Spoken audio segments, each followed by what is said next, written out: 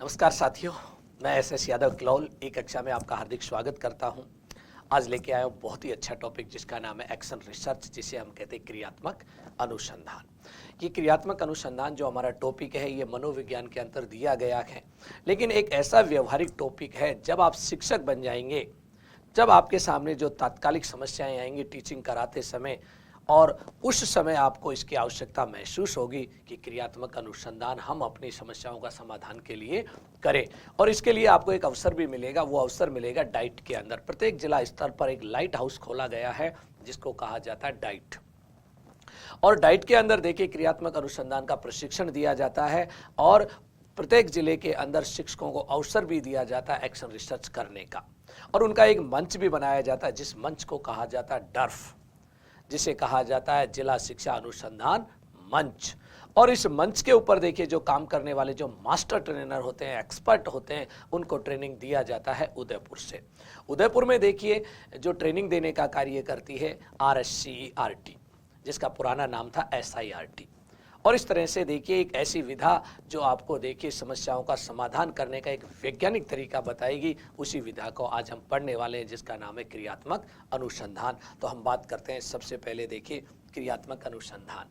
तो सबसे पहले क्रियात्मक अनुसंधान की बात करें तो एक शब्द आता है हिंदी में जिसे कहा जाता है अनुसंधान, या हम कई बार देखिए इस शब्द को शोध भी कह देते हैं। क्या कह देते हैं साथियों? इसको शोध भी कहा जाता है और सही नाम तो अनुसंधान है। अब अंग्रेजी के अंदर देखिए इसे लिखा गया है रिसर्च। रिसर्च की यदि हम बात करें तो ये दो शब्दों से मिलकर बना हुआ है। एक शब्द तो है री और दूसरा होता है सर्च। री का मतलब होता है पुनः, या देखिए हम कह देते बार बार, बार बार, पुनः या बार बार, अर्थात पुनरावर्ती। एक तरह से हम क्या कह सकते हैं, किसी चीज की पुनरावृत्ति। दूसरा होता है सर्च। सर्च का अर्थ होता है खोज या खोजना, खोज या खोजना। देखिए अगर इन दोनों शब्दों को जोड़ दिया जाए तो पुनः खोज करना, अर्थात खोज की पुनरावृत्ति।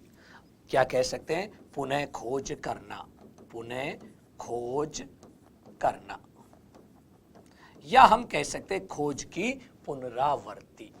अब देखिए हम आगे बढ़ते हैं। अनुसंधान शब्द का अर्थ जानने के बाद फिर हम बात करते हैं अनुसंधान की परिभाषा। रेडमैन की जो एक परिभाषा दी है बहुत ही अच्छी परिभाषा है। और सीधा सा देखिए यहाँ पर हम बात करते हैं परिभाषा, नवीन ज्ञान की प्राप्ति हेतु व्यवस्थित प्रयास से ही अनुसंधान है। यानी सीधा सा यहाँ पर कहा गया है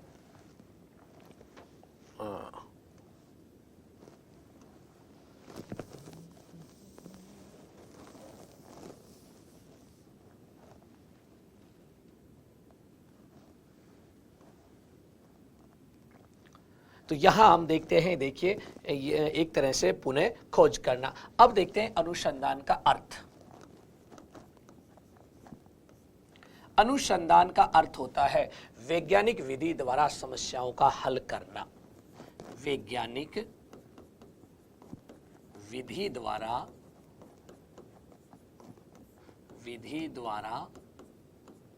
नवीन ज्ञान की प्राप्ति करना, नवीन ज्ञान की प्राप्ति। तो देखिए कौन सी विधि के द्वारा? वैज्ञानिक विधि द्वारा नवीन ज्ञान की प्राप्ति, या वैज्ञानिक विधि द्वारा समस्याओं का क्या करना? हल खोजना। दूसरे रूप में हम देखिए यहाँ तो हमने किया नवीन ज्ञान की प्राप्ति करने की विधि को क्या कहा जाता है? अनुसंधान। या हम कह सकते हैं वैज्ञानिक विधि द्वारा समस्याओं का समाधान करना, समस्याओं का समाधान करना। अब देखिए एक बार बार हम शब्द लिख रहे हैं वैज्ञानिक विधि। वैज्ञानिक विधि का सीधा सा अर्थ होता है व्यवस्थित या क्रमबद्ध रूप से कार्य करना ही क्या कहलाता? विज्ञान। कार्य कारणों में संबंध स्थापित करना क्या कहलाता? विज्ञान। तो सीधा सा वैज्ञानिक विधि द्वारा नवीन ज्ञान प्राप्त करने को क्या कहा जाता? अनुसंधान। या वैज्ञानिक विधि द्वारा समस्याओं का क्या करना? समाधान करना क्या कहलाता है? एक तरह से अनुसंधान। या देखिए व्यक्ति की जिज्ञासा को शांत करना, भी क्या कहलाता है, समाधान। क्योंकि जिज्ञासाओं को शांत करने के लिए ही नई नई चीज़ों की खोज की जाती है, और नई चीज़ों की खोज क्या कहलाती है, अनुसंधान। या हम कह सकते हैं सत्य की खोज करना या सत्य का पता लगाना भी क्या कहलाता है, अनुसंधान कहलाता है।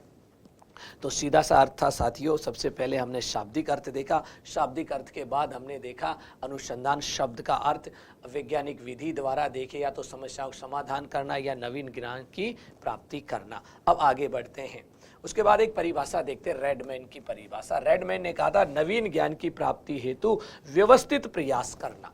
व्यवस्थित प्रयास का मतलब सीधा सा है वैज्ञानिक। किसके बारे में कहा है, वैज्ञानिक विधि से कार्य करना, नवीन ज्ञान की प्राप्ति के लिए व्यवस्थित प्रयास ही अनुसंधान है। तो यानी नवीन ज्ञान की प्राप्ति हेतु व्यवस्थित प्रयास ही क्या है, अनुसंधान है।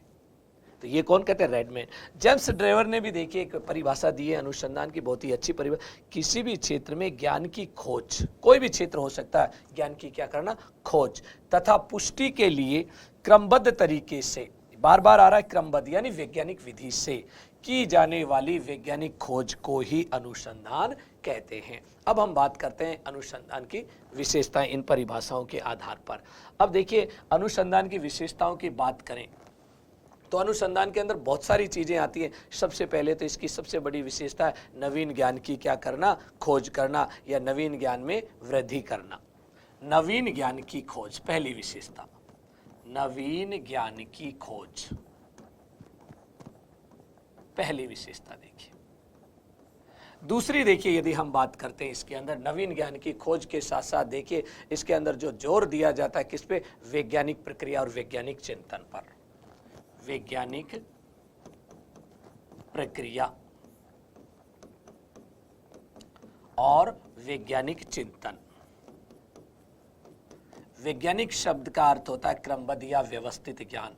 वैज्ञानिक चिंतन करना अर्थात क्रमबद्ध रूप से कार्य करना और क्रमबद्ध रूप से ही चिंतन करना। उसके बाद तार्किकता, इसके अंदर क्या होनी चाहिए, तार्किकता। और फिर उसके बाद आता है वैधता एवं विश्वसनीयता।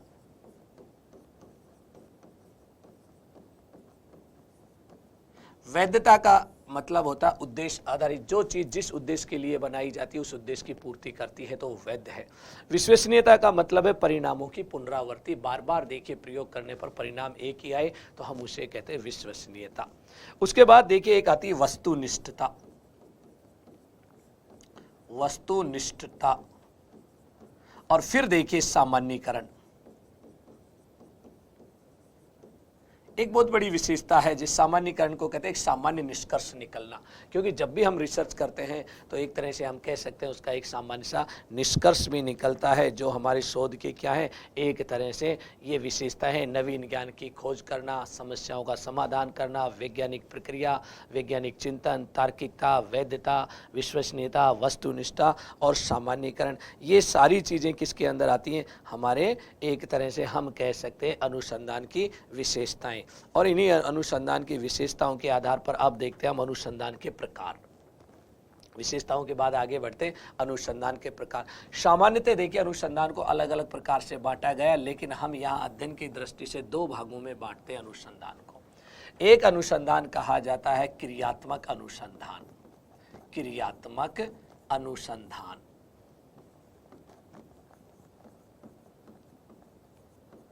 अंग्रेजी में कहा जाता है एक्शन रिसर्च, शॉर्ट में लिखते हैं AR। और दूसरा होता है फंडामेंटल रिसर्च जिसे कहा जाता है मौलिक अनुसंधान। मौलिक अनुसंधान। और इन्हीं दोनों के आधार पर हम समझेंगे कि हमारा क्रियात्मक अनुसंधान वास्तव में होता क्या। इसे कहा जाता है फंडामेंटल रिसर्च, FR। ये AR है, ये FR। अब देखिए क्रियात्मक अनुसंधान तात्कालिक समस्याओं का समाधान करने के लिए किया जाता है। समस्याओं का क्या करना, समाधान,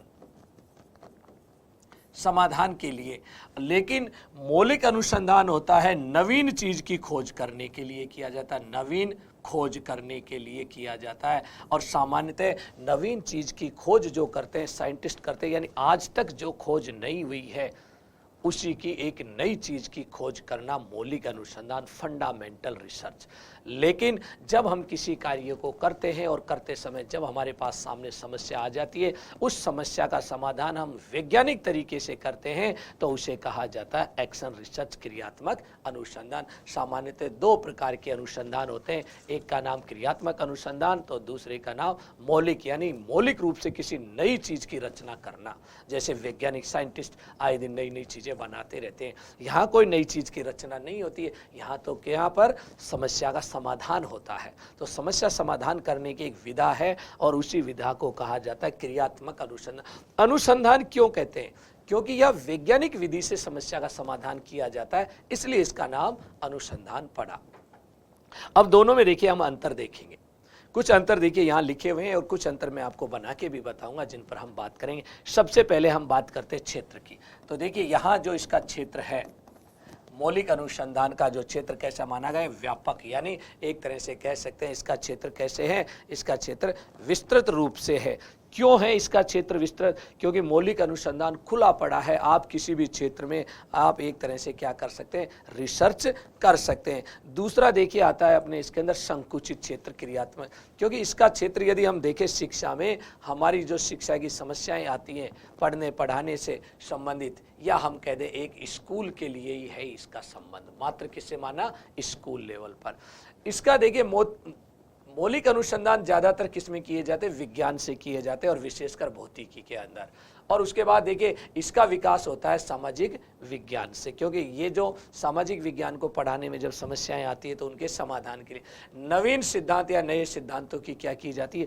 खोज की जाती है। और यहाँ कोई नवीन चीज का देखिए उत्पत्ति नहीं होती, यहाँ पर केवल समस्या का क्या किया जाता है? समाधान।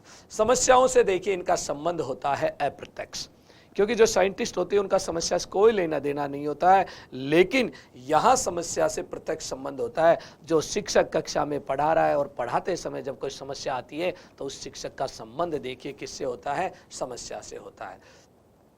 सामान्यकरण का विशेष महत्व होता है। सामान्यकरण का मतलब होता है निष्कर्ष निकलता है यहाँ पर जो सबके ऊपर लागू किया जाता है। ऐसा कोई जरूरी नहीं है कि इसका कोई विशेष महत्व हो, क्योंकि प्रत्येक टीचर की अपनी समस्या और उसका समाधान, इसलिए हम कहते हैं उपभोक्ता ही उत्पादक होता है। अर्थात यहाँ जो शिक्षक देखिए एक तरह से उसके सामने समस्या आई तो उस समस्या का समाधान खुद ही करता है, इसलिए यहाँ आत्म देखिए एक तरह से मूल्यांकन किया जाता है। और देखते हैं अनुसंधानकर्ता यहाँ पर कौन होते हैं? विषय के विशेषज्ञ होते हैं, जिनको विषय बहुत अच्छे से आ रहा है। यहाँ अनुसंधान करने वाले देखिए हमारा शिक्षक होता है, हेडमास्टर होता है, प्रिंसिपल होता है, बाबू होता है, और इसके अलावा देखिए पीटीआई होता है जो शारीरिक शिक्षक होता है, पुस्तकालय अध्यक्ष होते हैं। ये सब अपनी अपनी प्रॉब्लम्स का समाधान कर सकते हैं।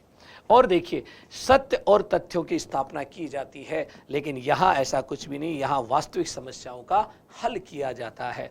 उसके बाद देखिए विशेष प्रशिक्षण की आवश्यकता पड़ती है, क्योंकि मौलिक अनुसंधान नई चीज के लिए ट्रेनिंग लेने की आवश्यकता पड़ती है, लेकिन यहाँ कोई विशेष प्रशिक्षण की आवश्यकता नहीं होती है, सामान्य रूप से हम कार्य कर सकते हैं।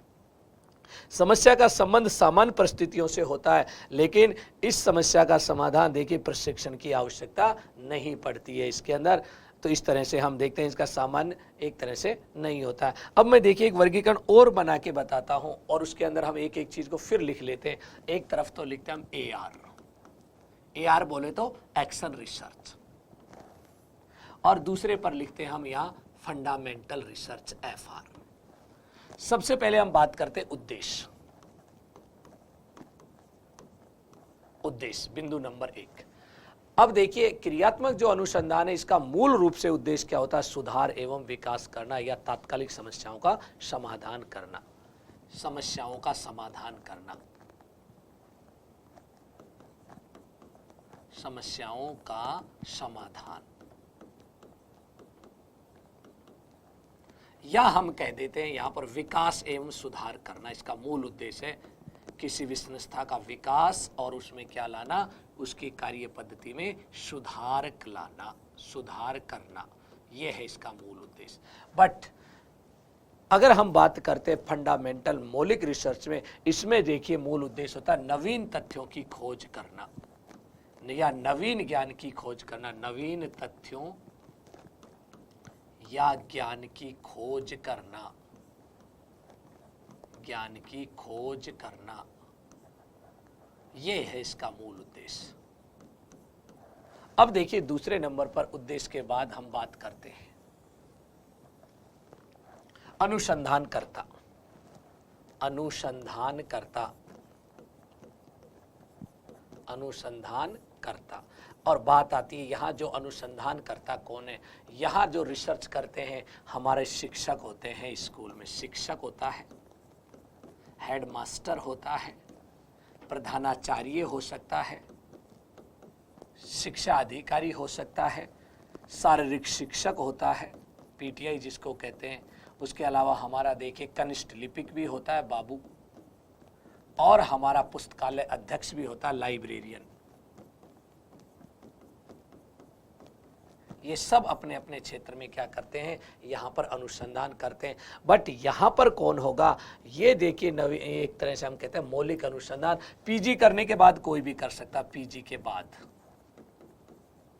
इससे पहले नहीं होता है। इसके अंदर देखिए और बात करते हैं इसके अंदर इस रिसर्च का मूल्यांकन। देखिए आत्म मूल्यांकन किया जाता है। इस मूल्यांकन, इसमें मूल्यांकन कैसे होता है, सेल्फ इवोल्यूशन जिसे कहते हैं आत्म मूल्यांकन। आत्म मूल्यांकन किया जाता है। लेकिन याद रखना यहाँ पर मूल्यांकन कौन करते हैं, यहाँ पर मूल्यांकन करते हैं बाह्य विशेषज्ञ, एक्सपर्ट आते हैं बाहर से। देखिए बाह्य विशेषज्ञ, जब देखिए कोई भी पीएचडी करता है तो बाह्य लोगों से जांच करवाई जाती है, बाह्य विशेषज्ञ, बाह्य विशेषज्ञ द्वारा। लेकिन यहाँ पर देखिए कौन करता है, जिसको समस्या आती है कार्य की, उसी व्यक्ति द्वारा यहाँ पर किया जाता है, आत्म मूल्यांकन किया जाता है। इसका क्षेत्र संकुचित होता है, इसका क्षेत्र व्यापक पड़ा है, क्योंकि संकुचित इसलिए स्कूल है और ये पूरा जहाँ पड़ा है। उसके बाद ये व्यवहारिक होता है और ये सैद्धांतिक होता है। और भी देखिए इसका प्रत्यक्ष संबंध होता है और इसका प्रत्यक्ष रूप से संबंध नहीं होता है। ये कार्य कारणों का विश्लेषण किया जाता है और ये पूर्व जो देखिए जितने भी अनुसंधान हुए उनके आधार पर या उनके निष्कर्षों के आधार पर देखिए कार्य किया जाता है। जैसे हम बात करते हैं परिकल्पना, यहां जो परिकल्पना है किस पर आधारित है, कार्य कारणों पर, कारणों के विश्लेषण पर आधारित होती है परिकल्पना, विश्लेषण पर आधारित।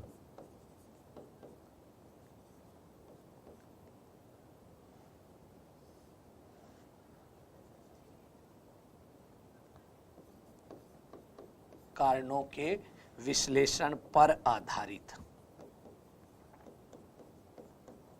और यहां देखिए पूर्व अनुभव जरूरी है या पूर्व निष्कर्ष पर आधारित, इस तरह से देखिए। इसके अलावा देखिए हम और भी देख लेते हैं। और देखिए इसके अंदर जो एक तरह से डाटा वगैरह जो चुने जाते हैं किसके द्वारा, शिक्षक द्वारा निर्मित होते हैं, बट इसमें विश्वसनीय और वैधता बनी रहती है। इस तरह से हम दोनों में तुलना कर सकते हैं। बाकी तुलनाएं आपने यहाँ पर देखी भी थी इसके अंदर, और इसके अंदर भी आपने देखिए तुलनाओं को पढ़ा। लेकिन सबसे बड़ी बात है, दो तीन चीज़ें आप अच्छे से गौर करना। यहाँ परिकल्पना कारणों के विश्लेषण पर आधारित, जिसे कहा जाता है हाइपोथेसिस, और ये अनुभव या निष्कर्ष पर आधारित। दूसरी चीज मूल्यांकन, यदि एग्जाम में पूछा जाता है क्रियात्मक अनुसंधान में आत्म मूल्यांकन। आत्म मूल्यांकन का अर्थ है जिस व्यक्ति को समस्या हुई उसी ने रिसर्च की और उसी ने समस्या का क्या किया, समाधान किया। यानी उपभोक्ता ही उत्पादक होता है, अर्थात अनुसंधान करता ही क्या है, उपभोक्ता है यहाँ पर। अब आगे बढ़ते हैं। देखिए शैक्षिक अनुसंधान, एजुकेशनल अनुसंधान। शोध की समस्या के आधार पर तीन प्रकार के अनुसंधान बताए गए हैं। मूलभूत अनुसंधान जिसे हमने अभी पढ़ा, जहाँ नवीन नियम और सिद्धांतों की उत्पत्ति होती है। दूसरे नंबर पर आता है देखिए अनुसंधान तात्कालिक या व्यवहारिक समस्या का समाधान पर आधारित अनुसंधान, जिसे हम व्यवहारिक अनुसंधान कहते हैं। तीसरे नंबर पर आता है क्रियात्मक अनुसंधान। ये टॉपिक है अपने कोर्स में जिसे हम डिटेल से पढ़ेंगे। आंकड़ों की प्रकृति के आधार पर भी देखिए मात्रात्मक शोध और गुणात्मक। जब गुणात्मक पहलुओं को ध्यान में रखकर रिसर्च की जाती है तो उसे हम गुणात्मक अनुसंधान कहते हैं, और जब देखिए आंकड़ों पर आधारित जब शोध किया जाता है तो उसे देखिए हम एक तरह से क्या कह देते हैं, मात्रात्मक शोध कह देते हैं। आगे बढ़ते हैं और अब आता है क्रियात्मक अनुसंधान। क्रियात्मक जो अनुसंधान है इसकी अवधारणा किस तरह से विकसित हुई, हम उसी पर बात करते हैं। सबसे पहले ये अवधारणा के बारे में जो बताया गया क्रियात्मक अनुसंधान में 1926 में एक किताब लिखी गई थी, research for teacher. Research for teacher.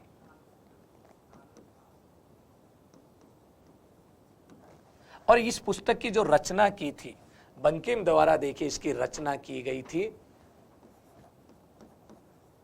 बंकिघम द्वारा रचना।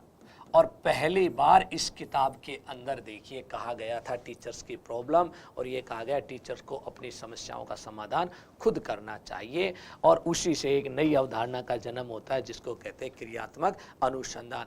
लेकिन हमारी कहानी आगे बढ़ती है 1944 के अंदर। देखिए अर्थात हम 1944 और 45 के अंदर, 1944-45 में यूएसए के देखिए एक विद्वान आते हैं जिनका नाम था जॉन कॉलियर। जॉन कॉलियर कहाँ के रहने वाले थे, यूएसए के। इनके द्वारा देखिए पहली बार क्रियात्मक अनुसंधान शब्द का प्रयोग, क्रियात्मक अनुसंधान शब्द का प्रयोग, अनुसंधान शब्द का प्रयोग किया गया देखिए इनके द्वारा पहली बार। फिर उसके बाद देखिए 1946 के अंदर जो जर्मन और अमेरिकन देखिए मनोवैज्ञानिक जिनका नाम था कुर्ट लेविन। कुर्ट लेविन, और आपको याद होगा मनोविज्ञान में फील्ड थ्योरी के जन्मदाता यही है कुर्ट लेविन। ये अमेरिकन और जर्मन देखिए क्या थे, जिनका चित्र भी यहाँ पर लगाया गया कुर्ट लेविन का। और इन्होंने देखिए सामाजिक विज्ञान में पहली बार क्रियात्मक अनुसंधान का प्रयोग किया। किस में किया, सामाजिक विज्ञानों के अंदर संबंधों को बताने के लिए सामाजिक विज्ञानों में प्रयोग किया क्रियात्मक अनुसंधान का। किसने किया था, कुर्ट लेविन के द्वारा। कब किया गया इसका प्रयोग, 1946 के अंदर सामाजिक संबंधों को बताने के लिए फील्ड थ्योरी में इसका जिक्र किया। लेकिन वास्तविक रूप से जो इसके जन्मदाता माने जाते हैं 1953 में इसका जन्म होता है। देखिए कोलंबिया विश्वविद्यालय के प्रोफेसर, और यदि कोलंबिया विश्वविद्यालय के प्रोफेसर की बात करें जिनका नाम था स्टीफन मैक्सवेल कोरे। स्टीफन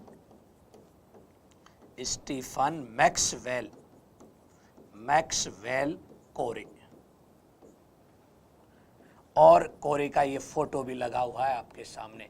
कहां पर थे ये, कोलंबिया विश्वविद्यालय यूएसए के अंदर प्रोफेसर, कोलंबिया विश्वविद्यालय में प्रोफेसर, विश्वविद्यालय में प्रोफेसर। और विश्वविद्यालय कहां पर है, यूएसए के अंदर। और इन्होंने ही देखिए इस विचारधारा का प्रतिपादन किया, अर्थात प्रतिपादक। एग्जाम में पूछा जाता है क्रियात्मक अनुसंधान का जनक या प्रतिपादक किसे कहा जाता है, स्टीफन मैक्सवेल कोरे को कहा जाता है, जो कोलंबिया विश्वविद्यालय में शिक्षा शास्त्र के प्रोफेसर थे। इनके द्वारा ही इस अवधारणाओं को पहली बार प्रतिपादित करा, और उसके बाद इन्होंने बताया कि किस तरह से देखिए हम अपनी शिक्षण पद्धतियों में सुधार कर सकते हैं। अर्थात ये कहा विद्यालय की कार्य पद्धति में सुधार कैसे किया जा सकता है। विद्यालय की कार्य पद्धति में सुधार करने के लिए क्रियात्मक अनुसंधान का पहली बार जो प्रयोग किया किसने, स्टीफन मैक्सवेल द्वारा प्रयोग किया गया, और इसीलिए इनको इसका जनक, प्रतिपादक और जन्मदाता भी कहा जाता है। अब ये देखिए भारत भी आए थे, और भारत 1962 में जब ये भारत आए तो भारत के अंदर एनसीईआरटी के मेंबर भी रहे, और एनसीईआरटी के जब मेंबर रहे तो देखिए हम आगे बात कर लेते हैं इसके अंदर। ये 1962 के अंदर मैक्सवेल कोरे भारत आए थे, अर्थात हम कह सकते हैं एनसीईआरटी के सदस्य रहे थे। कौन, स्टीफन मैक्सवेल कोरे साहब। और भारत के अंदर भी इन्होंने क्रियात्मक अनुसंधान का काफी प्रचार प्रसार किया और इस विधा को यहाँ के लोगों को, यहाँ के विद्वानों को देखिए इसके बारे में ट्रेनिंग दी कोरे साहब ने। उसके बाद देखिए हम बात करते हैं एनसीईआरटी से एक्सपर्ट, देखिए इन लोगों ने राज्यों के एसआईआरटी के लोगों को तैयार किया, जैसे RSCERT कहां पर है, राजस्थान में उदयपुर। और उदयपुर के अंदर देखिए यहाँ के लोगों को ट्रेनिंग दी गई, कहां से, दिल्ली से। और इन लोगों ने देखिए डाइट में ट्रेनिंग देना शुरू कर दिया।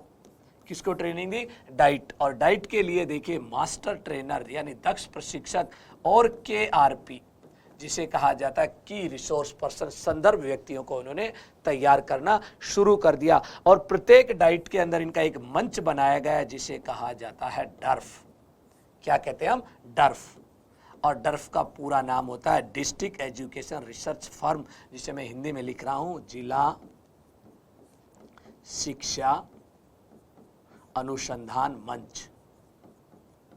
अनुसंधान मंच, ये मंच बनाए गए देखिए किसके, क्रियात्मक अनुसंधान। टीचरों के 40-50 टीचरों का एक समूह बनाया जाता है प्रत्येक जिले में डाइट के अंतर्गत, और जिसे कहा जाता है डर्फ यानी जिला शिक्षा अनुसंधान मंच। और शिक्षक अपने अपने क्षेत्र की समस्याओं के ऊपर क्या करते हैं, रिसर्च करते हैं, और उसी का नाम डर्फ है। तो ये अवधारणा देखिए कहाँ USA से चली और उसके बाद भारत के छोटे से छोटे विद्यालय तक पहुंच गई ये अवधारणा, जिसका प्रतिपादन किसने किया था, स्टीफन मैक्सवेल कोरे द्वारा जिसका प्रतिपादन किया गया। अब हम आगे बढ़ते हैं और देखिए बात करते हैं कि क्रियात्मक अनुसंधान वास्तव में है क्या, किसे कहते हैं क्रियात्मक अनुसंधान। तो अब क्रियात्मक अनुसंधान का सबसे पहले हम देखते हैं अर्थ। और अर्थ लिख रहा है व्यवहारिक व तात्कालिक समस्याओं का हल करना ही या हल खोजना ही क्रियात्मक अनुसंधान है।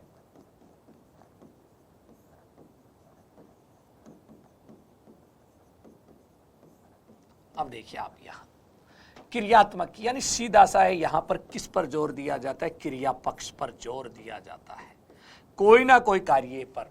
अर्थात सीधा सा आप इसे समझ लीजिए जैसे कार्य टीचिंग का।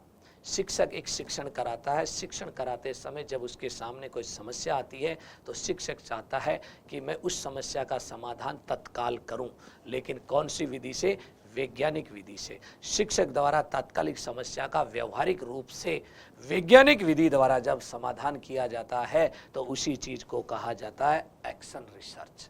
अर्थात यहां पर देखिए किस पर जोर दिया गया, क्रिया पक्ष पर। दूसरी बात देखिए इसके अंदर आती है, हम क्रिया पक्ष के साथ साथ यदि यहाँ पर देखें दूसरा चीज इसके अंदर सामान्य सी चीजें, जब हम किसी कार्य को करेंगे तो समस्या आएंगी, समस्या आएंगी तो हम वैज्ञानिक विधि से उसका क्या करेंगे, हल करेंगे। तो हम कह सकते हैं व्यवहारिक एवं तात्कालिक समस्याओं का वैज्ञानिक विधि द्वारा हल। तो दूसरा शब्द कौन सा आता है, वैज्ञानिक विधि या प्रक्रिया। वैज्ञानिक विधि कह दो या प्रक्रिया द्वारा तात्कालिक और व्यवहारिक समस्याओं का हल करना ही क्या कहलाता है, क्रियात्मक अनुसंधान कहलाता है। अब आगे बढ़ते हैं, देखिए क्रियात्मक अनुसंधान की परिभाषाएं। परिभाषाएं देखिए बहुत सारी हैं, लेकिन 3 परिभाषाएं मैं आपको बताऊंगा। एक तो देखिए मोले द्वारा दी गई। मोले ने कहा था देखिए तात्कालिक समस्याओं का समाधान, तात्कालिक समस्याओं का समाधान। किस पर जोर दिया इन्होंने, तात्कालिक। उसके बाद देखिए एक आते हैं अपने इसके अंदर गुड, VC गुड। गुड ने देखिए गुणवत्ता पर जोर दिया, गुणात्मक समाधान पर जोर दिया। फिर आते हैं कोरे। कोरे ने देखिए सुधार पर जोर दिया, शिक्षण व्यवस्था में क्या करना, सुधार। अब आप याद कर सकते हो शॉर्ट में, मोले तात्कालिक समस्या, गुड गुणात्मक, और कोरे सुधार के ऊपर। और इन्हीं तीनों की परिभाषाओं को देखिए मैं यहाँ पर कार्टर वी गुड, कार्टर वी गुड, कार्टर वी गुड। गुड ने क्या कहा था, क्रियात्मक अनुसंधान शिक्षकों, निरीक्षकों एवं प्रशासकों द्वारा अपने निर्णयों तथा कार्य में गुणात्मक सुधार लाने के लिए किया जाने वाला अनुसंधान। कौन सा सुधार की बात कहते हैं, गुड कहते हैं गुणात्मक, क्योंकि आपकी परीक्षा प्रणाली कैसी, वस्तुनिष्ठ, और आपको उत्तर पहचान करना, रिकॉग्नाइज करना है। उसके बाद देखिए आते हैं मोले साहब। मोले साहब किसके कहते हैं, तात्कालिक समस्या।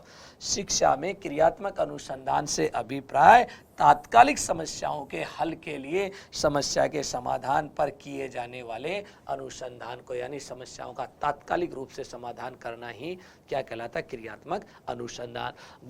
गुणवत्ता की बात करते हैं। अब देखते हैं हम स्टीफन की। स्टीफन देखिए कोरे साहब किस पर जोर देते? क्रियात्मक अनुसंधान वह प्रक्रिया है जिसके द्वारा व्यवहारिक कार्यकर्ता वैज्ञानिक विधि से, कौन सी विधि से? वैज्ञानिक विधि से अपनी समस्याओं का अध्ययन, अपने निर्णयों और क्रियाओं में निर्देशन, सुधार और मूल्यांकन करते हैं। तो ये किस पर जोर देते हैं? सुधार और मूल्यांकन की प्रक्रिया पर जोर देते। कौन? कोरे। उसके बाद आती है देखिए क्रियात्मक अनुसंधान की विशेषताएं। जो परिभाषाएं पढ़ी, जो अर्थ हमने पढ़ा, उसके आधार पर देखिए हम कुछ विशेषताएं लिखते हैं। तो व्यवहारिक और दैनिक समस्याओं पर क्या दिया जाता है? जोर दिया जाता है। इसके ऊपर देखिए। दूसरी, वैज्ञानिक दृष्टिकोण अर्थात वैज्ञानिक विधि का प्रयोग या प्रक्रिया को अपनाया गया है इसके अंदर, अर्थात क्रमबद्ध रूप से समस्याओं को हल करना।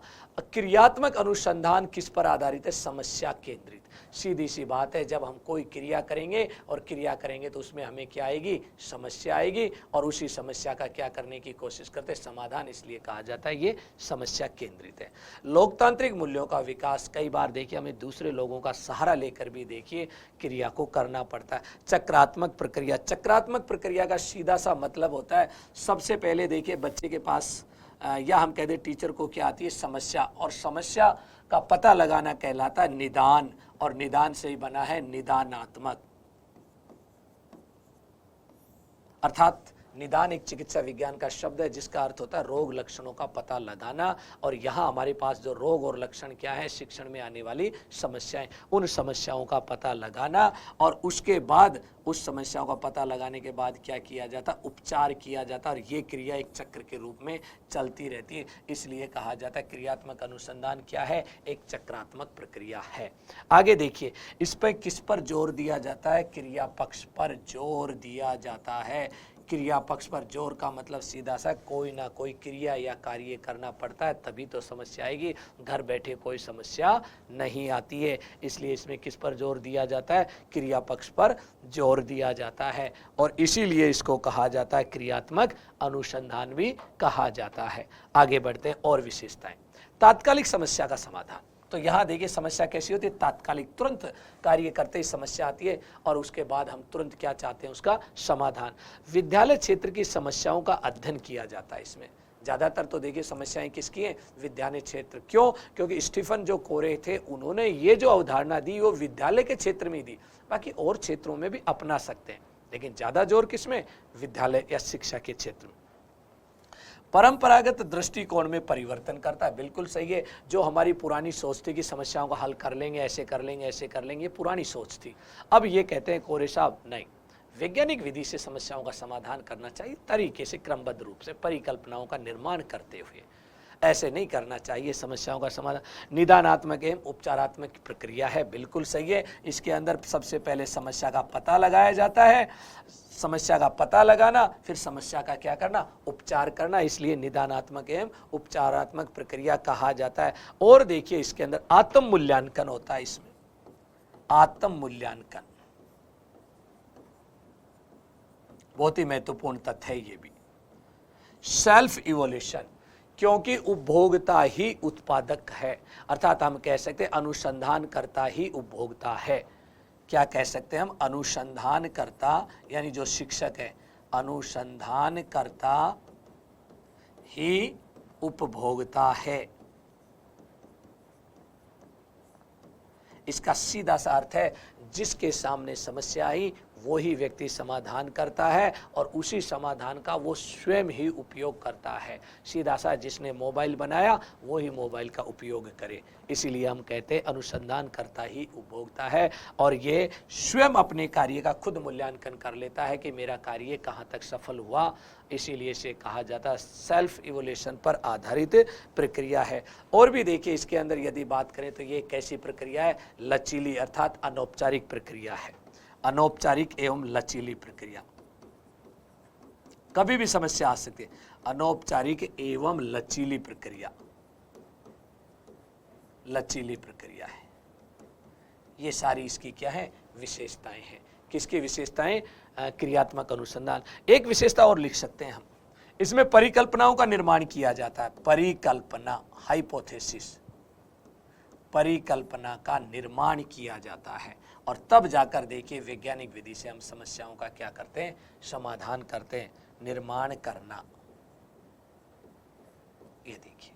आगे बढ़ते हैं, देखिए क्रियात्मक अनुसंधान में, क्रियात्मक अनुसंधान 4 प्रकार का होता है। ये परीक्षा में पूछा जा सकते हैं नाम। प्रयोगात्मक प्रकार, अनुभविक प्रकार, और उसके बाद देखिए निदानात्मक और सम्मिलितात्मक, जिसे हम कह देते हैं कोऑपरेटिव यानी सहयोग करने वाला। प्रयोगात्मक जो प्रयोग पर आधारित हो। किस पर आधारित हो? प्रयोग। इस प्रकार के क्रियात्मक अनुसंधानों के अंतर्गत नियंत्रित साधनों एवं विधियों के द्वारा अनुसंधान किया जाता है। फिर आता है अनुभव पर आधारित, अनुभविक या अनुभवजन्य। इस प्रकार के क्रियात्मक अनुसंधान के अंतर्गत दैनिक अनुभव जैसे क्लब आदि का अध्ययन अथवा लेखन किया जाता है। किस पर आधारित है? अनुभव पर। तीसरा प्रकार आता है निदानात्मक, रोग के लक्षणों या समस्याओं का पता। इस प्रकार के अनुसंधान में समुदायों के तनाव और उनके कारणों आदि के बारे में अध्ययन किया जाता है। और देखिए सम्मिलितात्मक, देखिए इस प्रकार के क्रियात्मक अनुसंधान का प्रमुख उद्देश्य योजना के प्रारंभ से ही सक्रिय योगदान देना होता है, अर्थात जिन लोगों को कार्य करना होता है उस कार्य शोध में पहले से ही सक्रिय रहते हैं। इस तरह से हम यहाँ पर देखते हैं एक तरह से क्रियात्मक अनुसंधान 4 प्रकार का। आगे बढ़ते हैं, क्रियात्मक अनुसंधान के गुण या महत्व, महत्व भी कह देते हैं हम इसको। क्या महत्व है? देखिए इसका गुण क्या है? समस्या के प्रति देखिए जागरूक बनाता है, क्योंकि अगर समस्याओं को कई बार हम नज़रअंदाज कर जाते हैं, लेकिन ये एक ऐसी अवधारणा है जो समस्या के प्रति क्या बनाती है? जागरूक। दूसरा देखिए समस्याओं को पहचान करने की क्या आती है? इससे दक्षता भी उत्पन्न होती है। फिर देखिए प्रजातांत्रिक एक वैज्ञानिक दृष्टिकोण, बिल्कुल सही बात है, कार्य को वैज्ञानिक दृष्टिकोण से करना सिखाती है, कार्य कारणों में संबंध करना सिखाती है। अध्ययनशीलता, समस्याओं का समाधान करने के लिए टीचर को पढ़ना पड़ता है। दूसरी कल्पनाशीलता, उसे कल्पना भी करनी पड़ती है और परिकल्पनाओं का या उपकल्पनाओं का निर्माण भी करना सीखता है। क्रियात्मक अनुसंधान का ज्ञान एवं प्रशिक्षण। अब देखिए क्रियात्मक अनुसंधान को करने से उसका ज्ञान प्राप्त होता है, अर्थात उसे प्रशिक्षण भी प्राप्त होता है। भाषा पर अधिकार एवं सृजनशील व्यक्तित्व। अब देखिए बार बार ये कार्य करने से उसकी भाषा, उसे अभिव्यक्ति करने की शैली में भी डेवलपमेंट होता है। मापन के उपकरणों का ज्ञान, किन किन विधाओं द्वारा देखिए क्रियात्मक अनुसंधान किया जाता है, उसके जो मापन करने के उपकरण हैं उनका भी इसमें क्या हो जाता है? ज्ञान हो जाता है। लगनशीलता, संवेदनशीलता, सकारात्मक दृष्टिकोण का विकास। सकारात्मक दृष्टिकोण का मतलब है समस्याओं का समाधान वैज्ञानिक विधि से किया जा सकता है, ऐसा नहीं कि समस्याओं का समाधान नहीं किया जा सकता। वस्तुनिष्ठता यानी वस्तुनिष्ठ, निष्पक्षता, तत्परता एवं सहिष्णुता जैसे गुणों का विकास। कार्य स्थिति में सुधार लाने की स्वाभाविक जिज्ञासा तथा प्रबल इच्छा शक्ति का विकास होता है। तो ये सारे इसके गुण हैं। और अब हम आगे बढ़ते हैं और इनके अंदर देखिए क्रियात्मक अनुसंधान के गुण कुछ और भी हमने लिखे। तात्कालिक समस्याओं के समाधान पर क्या किया जाता है? विचार। उसके बाद शिक्षक के दृष्टिकोण में क्या आता है? इससे परिवर्तन। और देखिए समस्या समाधान के क्या मिलते हैं? अवसर मिलते हैं। शिक्षक अनुसंधान करके स्वयं अपनी प्रगति का पता लगा लेता है, इसीलिए इसको कहा जाता है आत्म मूल्यांकन।